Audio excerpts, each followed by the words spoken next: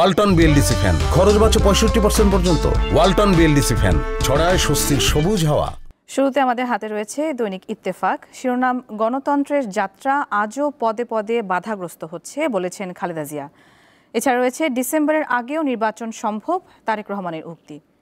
ইত্তেফাকে আরও রয়েছে একটি দলই ডিসেম্বরে নির্বাচন চায়, নিক্কেই ফোরামে প্রফেসর ইউনুস।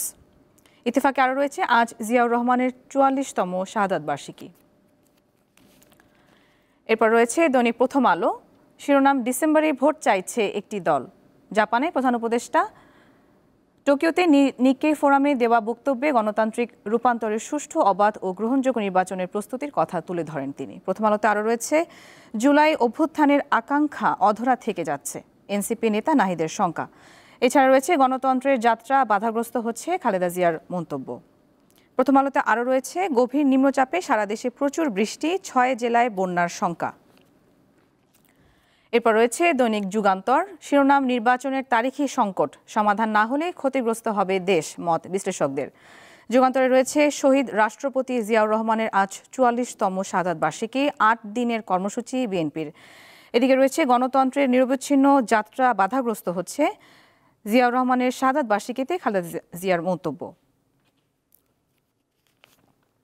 এরপর রয়েছে দৈনিক কালের কণ্ঠ। শিরোনাম, শুল্কের চাপে কঠিন বাজেট। কালের কণ্ঠে আরও রয়েছে, আমরা বিশ্ব শান্তির পক্ষে, আন্তর্জাতিক জাতিসংঘ শান্তিরক্ষী দিবস উদযাপনে সেনাপ্রধান।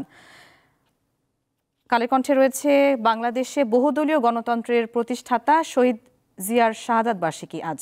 এছাড়া রয়েছে শুধু একটি দল ডিসেম্বরে নির্বাচন চায়, জাপানে ডক্টর ইউনুসের মন্তব্য।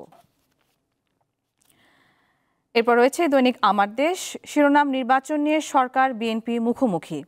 আমার দেশে আরও রয়েছে, বাংলাদেশ থেকে ১ লাখ শ্রমিক নেবে জাপান, টোকিওতে প্রধান উপদেষ্টার সফরের সমঝোতা। দর্শক, দেখে নিলাম আজকের দৈনিক পত্রিকার শিরোনামগুলো।